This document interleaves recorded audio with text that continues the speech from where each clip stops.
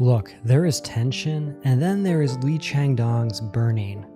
Based on Haruki Murakami's short story, Barn Burning from the Elephant Vanishes, it is a look at desire, jealousy, and the hidden cruelties lurking beneath the surface of ordinary life. The film is a slow burn, and in that lies its most terrifying truths. The story follows Jong-soo, a quiet, introspective young man whose life feels small and constrained. When he reconnects with Mai, a childhood acquaintance, and meets the enigmatic Ben, he is drawn into a triangle of desire, suspicion, and subtle menace. Ben's calm, detached, contrasts sharply with Jong-soo's simmering frustration, reflecting the social and emotional divides that frame the story. Ben is not just mysterious. He is wealthy, privileged, and socially powerful. His money and status give him freedom and invisibility, allowing him to move through life without consequence. This privilege is inseparable from the violence he commits. The greenhouses scattered throughout the film are not mere background. They are symbols of the women Ben has hurt, controlled, and even killed. Their pristine surfaces and contained growth mirror Ben's obsession with power and secrecy, a visual metaphor for his hidden violence.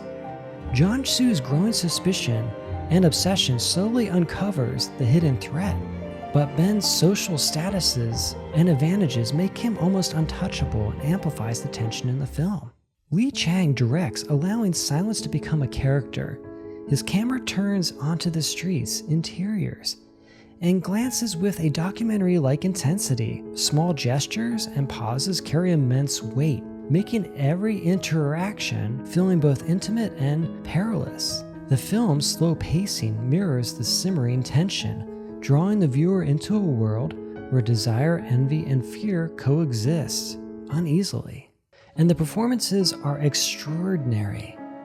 Jong-soo embodies a quiet frustration and mounting obsession, when Mai is fleeting and enigmatic, a presence that feels both longing and dread, and Steve Yen's Ben is magnetic and chilling in his calm.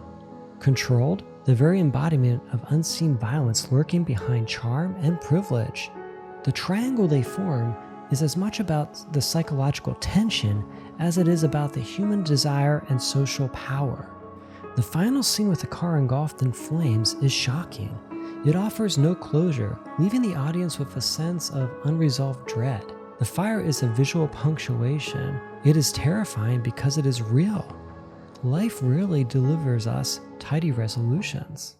And today, Burning feels more urgent than ever. It captures the isolation of modern life, the corrosive effects of envy, and the quiet violence that can live behind civility, charm, and privilege. The greenhouses remind us that behind beauty and order, cruelty can flourish.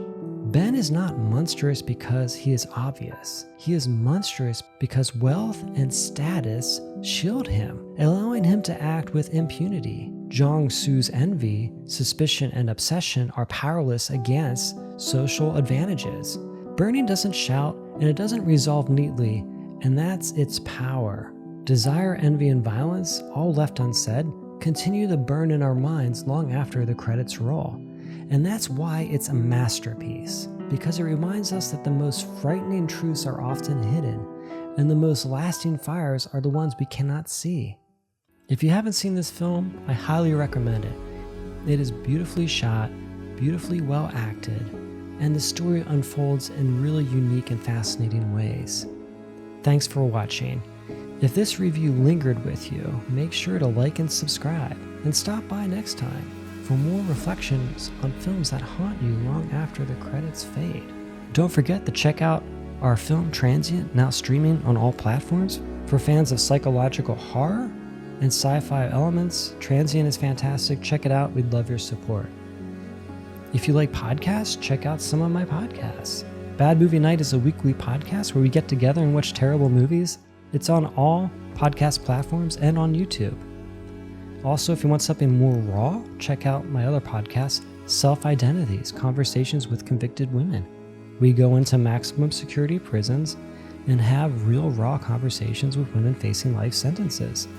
It's very heavy, Very raw and very intense, but I think it's really great stuff. So check it out if you have some time. I'm AJ. Take care.